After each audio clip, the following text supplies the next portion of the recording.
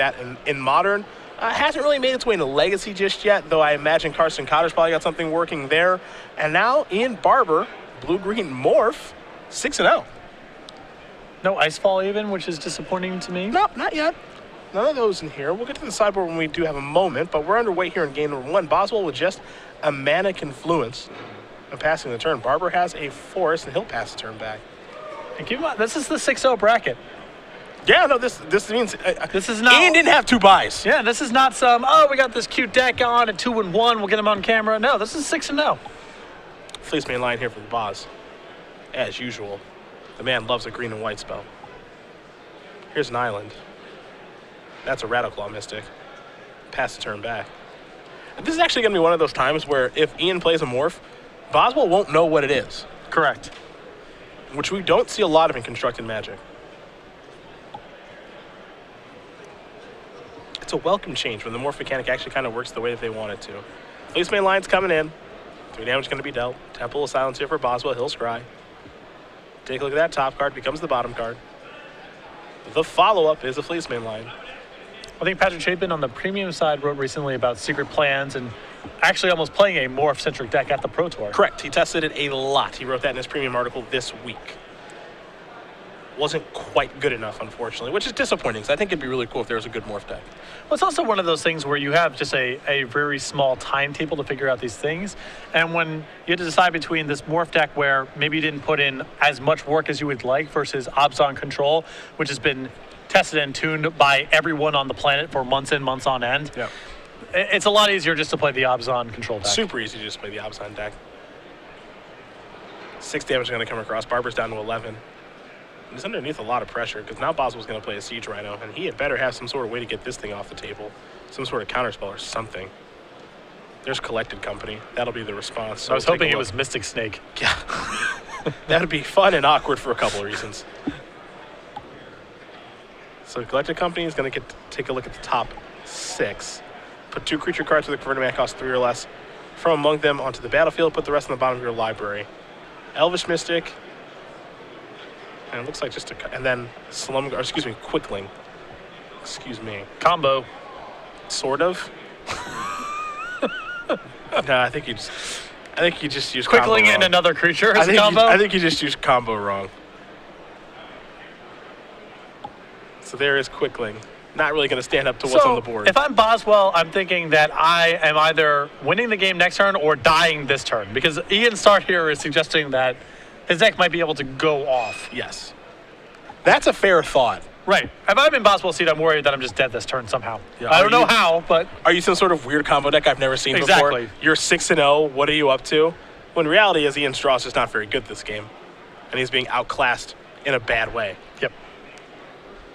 Sometimes the story is much simpler than the one you make up in your own head. Yes. So. There's a Forest.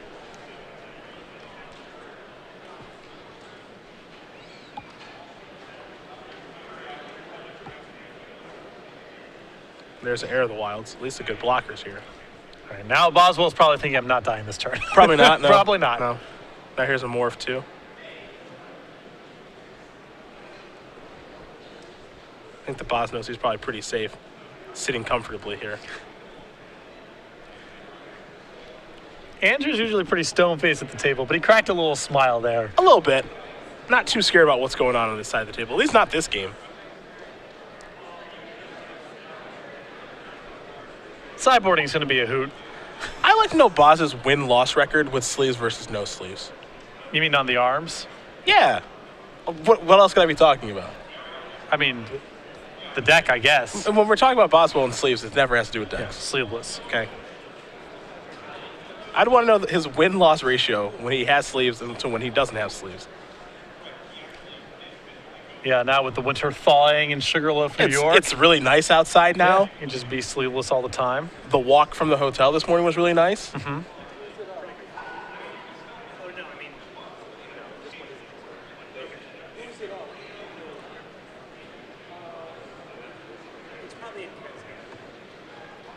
Boss trying to figure out the best way to attack in this situation. Yeah, he does have Tremoka's Command in his hand, so he's got a couple options here. One kind of easy, straightforward one is just attack with everything and intend on using the monsters on the Fleece main line in the event that Ian puts a Heir of the Wilds in front of it. If Ian fails to put Heir of the Wilds in front of one of the Fleece main lines, Andrew is probably just trucking along for too much damage this turn. Yeah.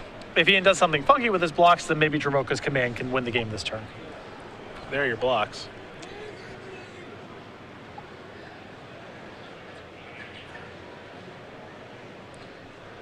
Andrew can also go, okay, sure, that's fine, and cast the Fleece main line and Burmass that's in his hand. So he's got a lot of he's got great options this turn. It's just a matter of which one. I think there are no bad avenues to victory here for Boswell. He'll get a basic forest off his Windswept Heath.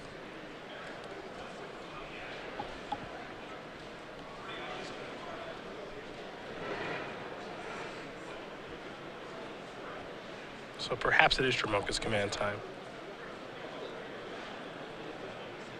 Looks like it is. So put +1/+1 on that Fleece main line. And probably fight the Heir of the Wilds to let the Siege Rhino trample over for what's likely lethal damage. The Morph was going to be a Stratus Dancer, which is what Ian is revealing. This is very clearly a concession. Andrew Boswell is going to win Kingdom 1 here off the back of a nice curve in Dromoka's command. Yep. Against an opponent who was kind of fumbling around there a little bit. To be sure. Andrew Boswell wins game 1 here over Ian Barber. I was on aggro, up a game over Blue-Green Morph, which means I get to look at the Blue-Green Morph sideboard. I'm looking for some spice. But actually, I'm just going to find some normal stuff here. There's a Court of Calling. There's a 4th Den Protector. A 4th Stratus Dancer. 2 Encased in Ice, 2 Mistcutter Hydra, 4 Hornet Nest, and 4 Naylee's Disciple. So Encased in Ice seems great for this matchup. A lot of green creatures in Andrew's deck. He's trying to attack. Those are easy. I think that the Naylee's Disciples could come in this matchup. I know it's not a burn matchup, but I think that Ian has a reasonable game plan here of present a curve of flyers and use Naylee's Disciple to shore up the counter swing. So I think Encased in Ice definitely comes in, and it's possible the Naylee's Disciples come in as well.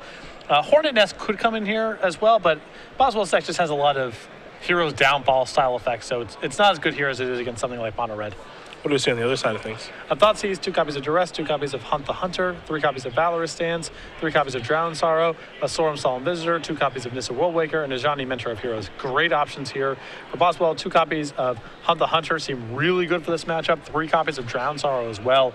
Ian was presenting nothing but small creatures and morphs, so Drowned Sorrow seems great here.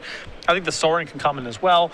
The game's likely to be some sort of tempo damage race sort of affair, and either cranking out 2/2 flyers or giving his board +1/+0 and lifelink. Both seem powerful to me. So some good options here for the boss. Very good. Well, we will talk about SCG game night here while these players do get ready and shuffle up. Of course, we do have our kittens on our lapels. Everyone's favorite token too, or at least the consensus opinion best token so far. The kitten, this is the April kit. Every month we generate a new token and pin. We give them out in the kits. The stores can set up these game nights however they want to, whatever day of the week, sanctioned or unsanctioned, any format, just to get players in your store for some fun and friendly gaming. This is the April kit. We have the May kit that's up and ready to go. This is the bees. Too late to get signed up for the May kit, but if your store is looking to get signed up in June, we have the June kit ready to go. These are the bunnies, and you can head over to StarCityGames.com/game night for more information and to find where the nearest store that hosts game night is to you. If you want your store to host it, go to Star City Games. Get in touch with your store owner. It's not hard to do. Very easy to get set up. We have an experienced, organized play team that can get a kit over to you. We just need a little bit of lead time because it takes us some time to mail these things out. And so, again, a little too late to get signed up for May, but June, head over right now and get signed up. So earlier, Patrick and I were discussing game night, which led us to talk about the May kit, which is the bee, and I was discussing about the bee truck that tipped over. In Washington State. Yeah, about 10 or 15 minutes from where I live. And we had said it was 4 million bees. Incorrect. We have an up-to-date head count. Yeah, I believe it was, the number that I'm reading right now is 14 million, which makes... It's funny because in one respect, it's not really appreciably more bees because it's millions of bees either way. And on the other hand, it's 10 million more bees than we thought there were before. So that's a really interesting way of looking at it. That's my nightmare. That's it. Like 4 million bees are coming at you, and someone's like, by the way, there's 10 million more bees that are coming. A semi-truck rolled Friday morning, spilling a load of bees worth $92,000 on Interstate 5. Really, really nice. Right at Interstate Change. I can't do this. This is too much. The bees just... Could you imagine being behind that truck? No, I can't. The truck tips over and you pound on the brakes and you're like, oh my God, I hope the truck driver's okay. And then the bees start spilling out. I mean, that is a really stressful situation. The first thing I would do is roll up my windows and then close the vents of my car. Just throw it in reverse and drive backwards on the freeway. Yeah. I seriously have no idea what I would do. No clue.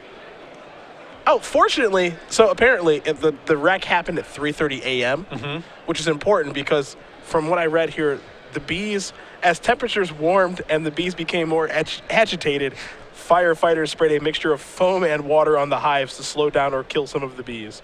So if it got warmer, if the sun came up, that's when they get really mad. Yes. And then it's game on. Well, they become more active. Yeah, that's when it's showtime. So they're shipped chilled. I didn't know that. Okay, that seems like a pretty smart thing to do from a safety perspective. Sure. You're the truck driver, and you walk in the truck, and you just hear infinite bees buzzing behind you. Pretty stressful, I think. You have to transport this. Yeah. Don't tip it over. And whatever you do, don't open up the back. Unbelievable. 14 million bees is just so many of them. They saved 128 hives before the sun came up. I also love the term agitated to describe 14 million bees. To say the least. We got bad news and worse news. Bad news is there's 14 million bees, and the worst move is they're becoming agitated. This world we live in sometimes is it's really great. We just talk about magic for a living. There are people who transport bees for a living. So, Yeah, there he is. There's the old boy. now that is an agitated bee right there. Yeah, that's right. You know how you know it's agitated? It's got a sword and a shield. Warden of the First Tree is the play here for Boswell. My go-to is typically the giant dust wasp when I think of a bee. Yep, that's a pretty good one. Yeah. The killer bees one is so funny because it's just this hairy bee with a sword and a shield. Not a card that I believe would get approved under Magic's current art direction. Probably not. Below the standards. Heir of the Wilds here for Barber. Heir of the Wilds is one of the cards that Boswell pointed to as being the reasons that he shelved Abzan Aggro for a little while, feeling like he had better cards than other aggressive decks, but his cards kept trading. And Heir of the Wilds, even though it's not as powerful objectively as something like Fleece Mane Lion, still trades just the same. He said, his Heir of Wilds would trade with his Fleece Mane Lion, and then someone's Boon Satyr would trade with his Anafenza, and he was just having a lot of games where he felt like his cards were better, but it didn't actually matter very much. Now, back playing the old deck. One of the first number 2 there for Boswell. A card that he is a huge fan of. 4 copies in his Abzan Aggro deck. You see some players sometimes playing 2, some people playing none. But Boswell's always been a big fan, as here is Boon Satyr. This will allow Heir of the Wilds to attack, and it is a 3/3 because of the Ferocious trigger. Just combos left and right today. So Barber's deck is coughing up a better draw this game, as he did much of nothing the last game.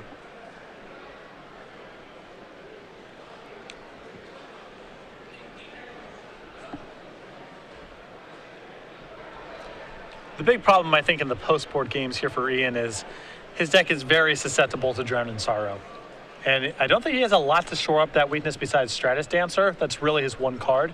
Other than that, he's just pumping out a curve of mostly 2 toughness and 1 toughness creatures. And that's a really expensive way to try to turn off Drown in Sorrow, too. Yeah, it's not mana efficient. There's going to be spots where that can happen, but it's not a reliable game plan by any stretch. Temple of Mystery, the draw here for Barber. See if the blue-green morph deck can pull off an upset here. It's already down a game. It's got it back against the wall. Better draw here, though.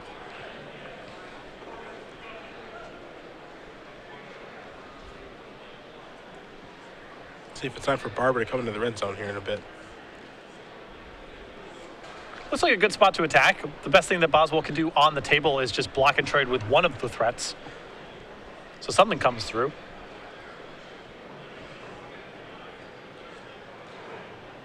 Boswell going to figure out which creature he wants to block with a Warden of the First Tree.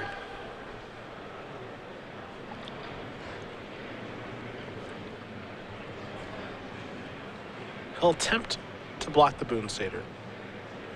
We'll see an activation, of course, of the Heir of the Wild. So he'll turn into a 3/3. It's level 1 now. That'll work. So the trade will take place. 3 damage will come across.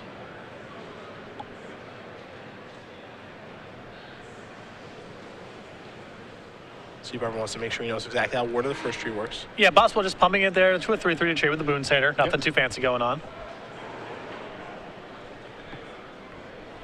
Let's see what Barber's follow-up is. We know he has an Elvish Mystic in hand. I believe he has a Den Protector as well. He'll start by playing a copy of Manic Influence. There is Elvish Mystic.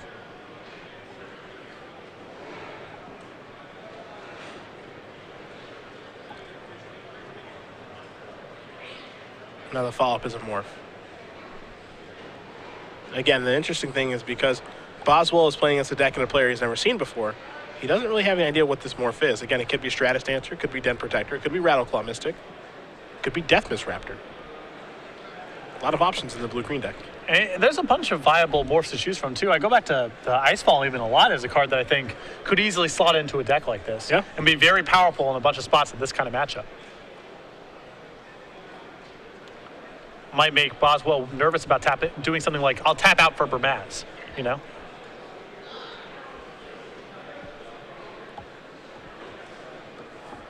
And there is Burmaz. Sandsep Citadel and passing of the turn.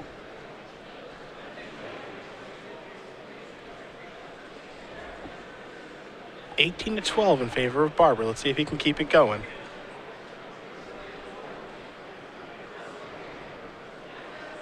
Still very, very vulnerable to Drown in Sorrow. Yes. That's going to be the case probably for the whole game. There are the attacks. Please meet by the side event registration station. Again, players in Commander event. Again, it's unclear what the morph is. Heir of the Wild's just a 2/2. So the Heir of the Wild's going to attack for free here, and the morph is where things get really tricky, because this could be all sorts of things.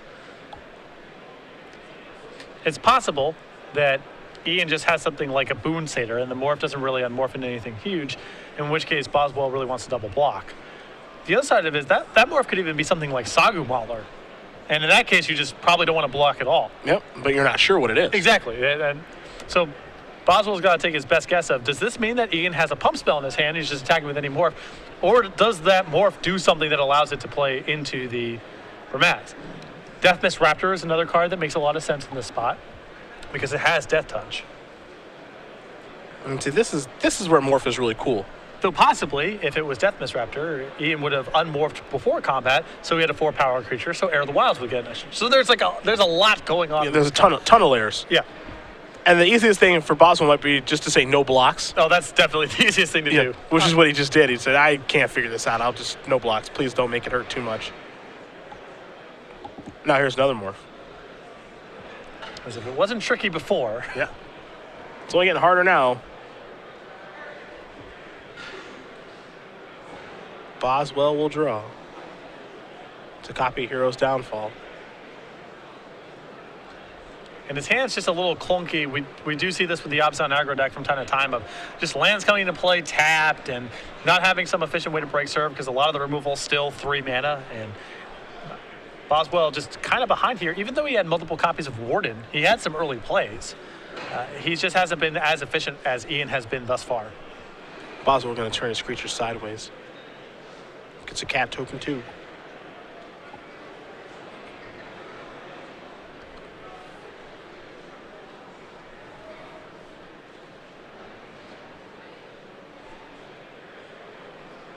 Looks like this morph is going to block. We'll see what it wants to block. Tough to guess right now. I think blocking the cat token is a freebie, basically. Pretty safe stuff.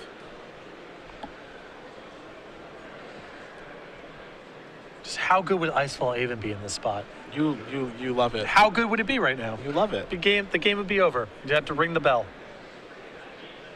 It would be quite good, actually. You can also just cast it on turn 2.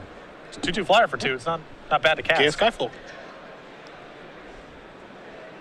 There's a Warden. And an Offensive. So Boswell daring Barber to do something powerful. Might see a Stratus Dancer get morphed here. Let's see. It's going to be Den Protector. This is pretty good. Moonsaider's not a bad one to get back right now. Not at all. With the Megamorph, as long as he remembers the counter, which is really important there, actually. I don't think that he did. He's just going to... And we'll see if he gets the counter or not, because it's... Yeah, I don't know if it's mandatory. Yep. And put a +1/+1 counter on it. See, we'll see how the judge rules this situation, because if he doesn't get the counter, he's going to end up a point short. Yep. Because he can use the Den Protector's first sentence is pertinent here, because creatures, it can't be blocked. So it's 7 coming across uncontested. Correct. And yeah, I think the judge is saying it just has to happen. Yep. And that's what will be in question in this situation. Now, if that's the ruling that is made, Boswell is obviously allowed to appeal if he'd like to. And we'll see what does happen in this situation, but pretty straightforward stuff on what Barber's looking to accomplish. He's going to reveal his other morph, which was a Stratus Dancer. So that's going to get the job done. And I think that Boswell, that turn, played his creatures there instead of trying to go for the Hero's Downfall out of respect for the possibility of Stratus Dancer, trying to lock up the ground there. But Ian actually had both morphs, both Den Protector and Stratus Walker, so he had to cover, Stratus Dancer rather, so he had it covered on both sides. Yeah. 1-1. Morphs ties it up. And that whole game, Ian did win, we're going to game 3, but that whole game, he's so vulnerable to Drown and Sargo. It wouldn't surprise me if Boswell starts actually mulliganing some bad but keepable hands, because Drown and Sorrow seems so good that he has a huge catch-up. Well, we'll find out here in just a moment. Both these players are going to get back to the drawing board. It looks like Barber's got something he wants to change since he's on the draw here for game number 3. So we'll talk about our Season 2 schedule here really quickly. Of course, we did Syracuse. Chris Van Meter won that show. We're in Providence right now. We don't know who's going to win that one, but next weekend, we're in Cleveland. Yeah, we head to Cleveland, then we head to Portland. Keep in mind, that was the event that was in Seattle. It has been moved to Portland, May 2nd and 3rd. After Portland, we're going to go to Dallas, May 16th and 17th. Legacy Open Series in Worcester, May 23rd and 24th. And then the Season 2 Invitational in Columbus, Ohio. Modern and Standard as the invitational formats, and a 2-day 20K Modern Open Series event tied to the Origins Game Fair, June 5th through 7th. The short season. Very short. Will be over soon. But during the short season, you can pick up the Polar Punch playmat. That is available. Every player got it here. Every player got it in Syracuse. And it is free and limited until May 23rd. So come on down and get one of these. Yeah, no strings attached. We don't mail them to you. They're available on site, and they are free with every entry to the 2-day 20K Open Series main event until May 23rd. And these things are sweet. Who are we kidding? I'm a big fan. This is being the Season 2 playmat. Perhaps we'll have another one for you guys for Season number 3. More details to come. But this one is available to all Open Series competitors until May 23rd here, Season 2 of the Open Series. Appreciate you guys coming out and playing in all of our events. As we get ready for game number 3 here between Boswell and Barber. Barber able to tie things up. That combination of Den Protector plus Boonsader is a potent one. And Boswell with a, kind of a slower, chunkier Abzan aggro draw, ended up dying with spells in his hand. Which is something that can happen in that deck. We don't see it a ton, but it does happen. Lands that come into play tapped, and the removal that is typically not available on until turn 3. Boswell with a couple copies of Ultimate Price in this list this weekend, but often it's not available until the 3rd turn. Ultimate Price also not a reliable turn 2 removal spell for Boswell in this matchup, because Ian's playing a lot of stuff face down. Yeah, this is true. And a lot of morphs in Ian's deck. He's got 3 Stratus Dancers, 3 Den Protectors, 3 Rattleclaw Mystics, 4 Deathmist Raptors. Stratus Dancer to me that's the card of the cycle I'm most interested in. I think it's got to see play at some point. It's a pretty powerful card. Den Protector is definitely very high in terms of raw power, but I think that Stratus Dancer potentially enables a wider range of decks. Sure. Any green value mid-range sword deck can easily slide in a Den Protector. Stratus Dancer may make a deck that otherwise wouldn't be viable a viable deck. Ian's deck is kind of in that space of, it's a tempo deck, it's a beatdown deck, it's trying to be a little bit tricky, and Stratus Dancer is possibly more critical for his deck than Den Protector even is. I wouldn't be surprised if at some point all of that cycle saw play. I think so too. I think they're all good cards. All totally constructed level cards. I think the poorest of the bunch is probably the red one, and the red one's still pretty good. Yep. For today, I need 2 more players to begin my last planner pod. And Well, players take a look at their opening hand. Boswell will be on the play. Today, we will Picks back up at 8 a.m. tomorrow. Looks like he's going to Kiki and Barber. He's going to go down to 6 cards. See if he can find a better hand with this blue-green morph deck. You know, what's interesting about his deck is you don't find any of the gimmicky cards. Secret Plans, Trail of Mystery, Obscuring Aether. None of those cards hiding out here. Well, his deck isn't really so much about I'm playing some stuff face down and I'm trying to unmorph it as soon as possible. I think Secret Plans wants to be in a deck where you're generating a bunch of mana, you have your mana creatures, Radical Claw, Mystic, and so forth, and you're just playing good stuff and unmorphing as soon as possible. Once your morphs become things like Den Protector and Strass Dancer, cards where you want to be waiting for a particular time to unmorph them, I think that Secret Plans becomes less attractive. It's still a very powerful engine for this kind of deck, and it wouldn't surprise me if there was something somewhere at some point during the standard season that got to use that card to good effect. But I think Ian's morphs are a little too tricky and timing sensitive to really be Secret Plan sort of morphs. With that said, it would insulate him a lot against Drown in Sorrow because of the +0/+1, and that's a card, you know, we've been talking this whole time. Ian's got to be scared to death of it because his creature base, it looks particularly vulnerable to that card. Perhaps a good sideboard card for this deck. Perhaps. 6 cards here for Barber.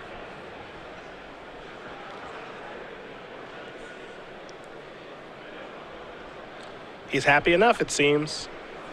Boswell will be on the play. We'll start with Andrew. And a Warden of the first tree off of a copy of Llanowar Waste. So he's down to 19. Looks like Boswell's hand is just lands and Fleece Mane Lions. Classic Boswell. And another Fleece Mane Lion. Classic, Perfect. classic Boswell. Here we go. Don't know if someone has cast more Fleece Mane Lions over the past calendar year than him. Between this and the red-white aggro list and standard last year? Yeah, Green-white aggro. Green-white, yeah. excuse me. There's a temple. Boswell's got to love this playing a matchup where there's no copies of Bioblade. Opponent's playing a land that comes into play tapped on turn 2 and didn't do something on the first turn. This might be one of those easy mode games that just crank out 3/3s until your opponent dies. Yeah, give him the beatdowns. He'll have to keep taking damage to Cassie's Lions, but he doesn't care. Boswell draw. He pays once. Ian pays over and over again. Yes. Yeah, the beatdowns again. The follow-up. A Fleece Mane Lion. A Sandstep Citadel. A passing of the turn. Doesn't always have to be pretty, but it can be effective. And Hunt the Hunted left over as the card in Boswell's hand, which is great for him here. There's a morph. Outclassed on this board.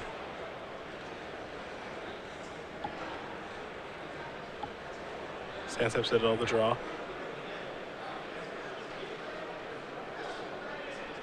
Boswell loves these decks where the quality of creature you get for the mana is very high. That's sort of the core of this strategy and the green-white aggro list from last year.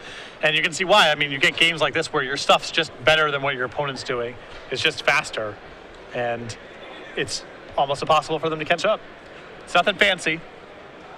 Commander pod number 5, your event is ready to begin. Please come on. There's the activation. Commander pod number 5, reporting to The morph. It was a Den Protector. It's gone. 6 damage will come across. Hoping for the 0/6 there that lets him look at Boswell's hands. Ah, the Dragon Eye Savant. One of my favorite morphs from that cycle. Would have been a good spot for that card. It would have been terrible. Would not have been terrible. There's an island passing the turn. Smell Collected Company coming. Collected Company coming. That's a mouthful. Yes.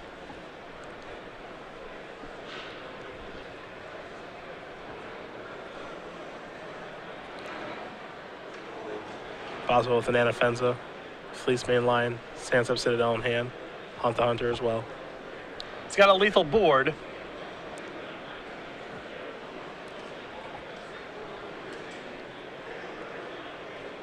Well, perhaps the easiest place to start is just by attacking. We'll see what the boss decides. None of the cards that he has in his hand affect things before combat. It's just 2 more creatures plus the Hunt the Hunted. Anafenza.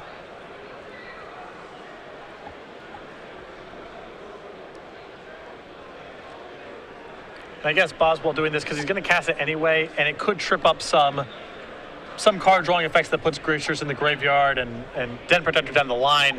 Probably doesn't matter, but Collected Company.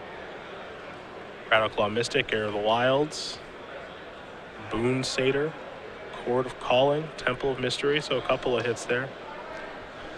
some blockers. Yep. I've seen worse. If Boswell allows him to block. Yep, that's going to happen.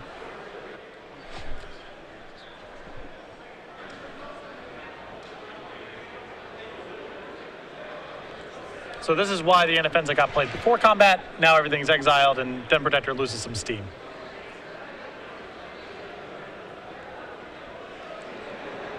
Barber will draw. He's still got some real work to do.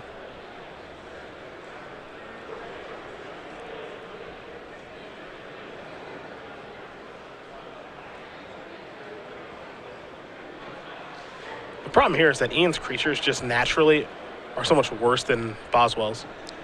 Yeah, you get the feeling that for Ian to win the games, he kind of has to get out in front first and then kind of trip Boswell up along the way with things like Stratus Dancer and Den Protector and Boon Satyr and so forth. When he's not adding to the board, it's impossible for him to catch up because he's spending a couple turns there just kind of cranking out 2/2s and 3/3s. And Boswell's best draws just push that out of the game. He has 3/3s earlier. He has Hero's Downfall type effects. It's tough for Ian to claw back once he gets behind. And that was really like the best Collected Company that Ian could have, which is trade 2 of my creatures for 2 of your creatures. Those are the kind of Collected Companies he has to have in this situation to be able to even keep up. If he finds things like Elvish Mystic or their mediocre threats, it's not going to get the job done.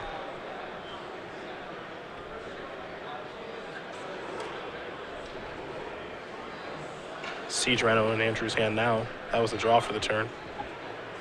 That one's a doozy. Well, it means either creature connecting now is lethal. So Collected Company has to be the card on Boswell's radar here. What's nice about drawing the Siege Rhino is that Ian kind of has to trade with both creatures again to get out from under this, and it's asking a lot. And Anafenza will put the counter on one of the first three, so it'll be a 4/4. Now here's Collected Company again. So in this situation, you have to find, Boon Satyr and Heir of the Wilds again, or something like that. 2 copies of Heir of the Wilds. Hornet Nest, that's not terrible. Hornet Nest would have been really good a turn ago. Yeah. But now I don't think it gets it done because of the Siege Rhino here for Boswell.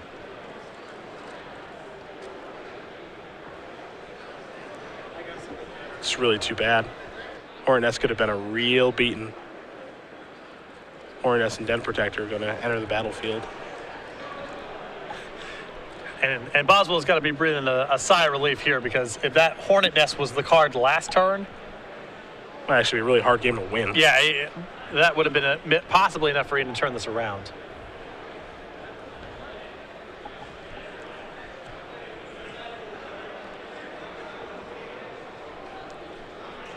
Now, Ian still has the option of just chumping with the Den Protector. He does not have to throw that in there.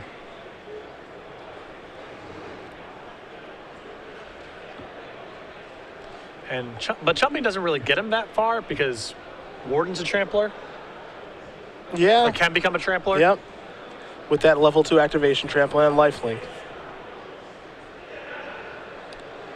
So this allows Boswell to give trample this turn, come across for 3, and then hopefully resolve the Siege Rhino next turn to get exactly lethal. That looks to be the plan. So the Warden will now become a warrior. It's a human spirit warrior with trample and lifelink.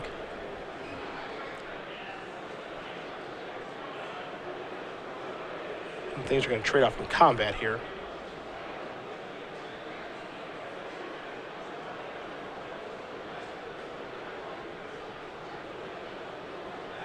Yeah, a little bit of obscure exchange. Yeah, Boswell is going to place his creature in the graveyard. I was like, you don't lose any of them as far as I know. Your creatures are much better than his. Barber will get some insects from a Hornet Nest, but Boswell's not going to lose any of his stuff. Modern challenge players, your next round of pairings are going up. There are the 4 insects. Please make your way to your pairings board. Unfortunately for Barber, 3 is the number for his life total, as the opponent has a Siege Rhino in hand. And Boswell still with the trampler in play as well. Yeah. So Boswell may be able to win this game just kind of straight up with what he has on the board, and even if he can't, the Siege Rhino very likely to finish it off.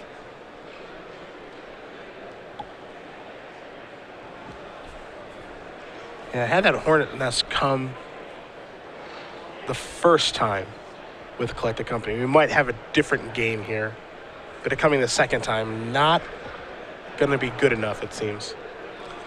So this is an interesting game here because it looks like Boswell is probably going to win this game next turn. But Andrew was kicking the crap out of Ian early on in this game. Ian Mulligan, he had nothing going on the first turn or on the second turn. And you can tell if things broke a little bit differently with the Collected Company. This could have been a very, very different outcome. Yes. Like, it looked like this game 3 was not going to be competitive in the slightest based on Boswell's opening hand the first couple of turns. And it looks like Andrew's going to just barely squeeze out lethal in this spot. Yeah, it's interesting. You can always take something away from the games that are played. You know, the takeaway here, I think, is the Collected Company is a lot better than I thought it was, especially in Standard. And the combination of Den Protector and Boon Satyr can be a lethal one against a lot of decks. For sure. And these are all cards that are just kind of like fine on their own, you know what I mean? Yeah. I mean, Collected Company you do have to build around, but a lot of the other components that are in Ian's deck are just fine cards to be drawing. Yep. Den Protector is good. Deathmiss Raptor, even though it hasn't shown up, is good. Air of the Wild is good. Ian gonna try to figure out how much he can attack for here. Looks like he wants to get a couple chip shots in. Feel bad for Ian here because he's trying so hard to figure out what the math's like and how much he can afford to attack with, and it's probably all for naught, as I don't believe he has an answer to a Siege Rhino trigger. Yeah, what's interesting too is I suppose, you know, there's no guarantee that Boswell plays Siege Rhino this turn. Just tries to offer up the win. He would love to not run this thing into a disable stroke or some sort of counterspell. If he could find some other way to win the game this turn that doesn't involve casting the Siege Rhino, I think he'll definitely take it. Well, he's just going to put the Siege Rhino on the stack, and that's going to do it. Andrew Boswell's going to win this game and match over Ian Barber 2-1. I'm sure they'll have a fun conversation about what's going on in Ian's deck, because Ian was 6-0 with a deck that we've never even seen before. Here's this blue-green morph deck. A valiant effort, but Boswell gets the job done with his Opposite Aggro deck. And I think that Boswell can kind of appreciate what happened there, too. After game 1, it just looks like this matchup's going to be pretty easy. There's a huge discrepancy in the parallel of these two decks. You got to see Ian's deck really flex its muscles there in the second game, do a lot of cool stuff. And then game 3 was really competitive when after turn 3 it looked like Boswell was going to run away with that game, maybe win on turn 4, turn 5, and Ian was able to mount a bit of defense there, and if the Collected Company had yielded a Hornet Nest the turn earlier, maybe a different outcome. Yeah, but we see the outcome as it is. Andrew Boswell, number 11 on our Season 2 leaderboard, is 7-0 and having another great run with Ops on Aggro. Yeah, good to see him back playing the same deck that he